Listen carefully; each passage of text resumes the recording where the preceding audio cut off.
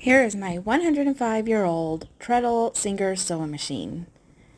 This model is a 1688 and it does sew leather. I inherited this from my grandfather, who you can see here, and his family were harness and saddle makers in the 1900s here in Arizona. I'm so lucky to have inherited this machine. I love it so much.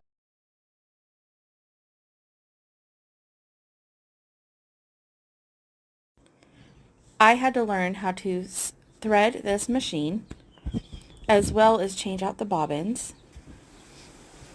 This machine was sitting since the 1970s or 80s, and I restored it a few years ago and started sewing with it.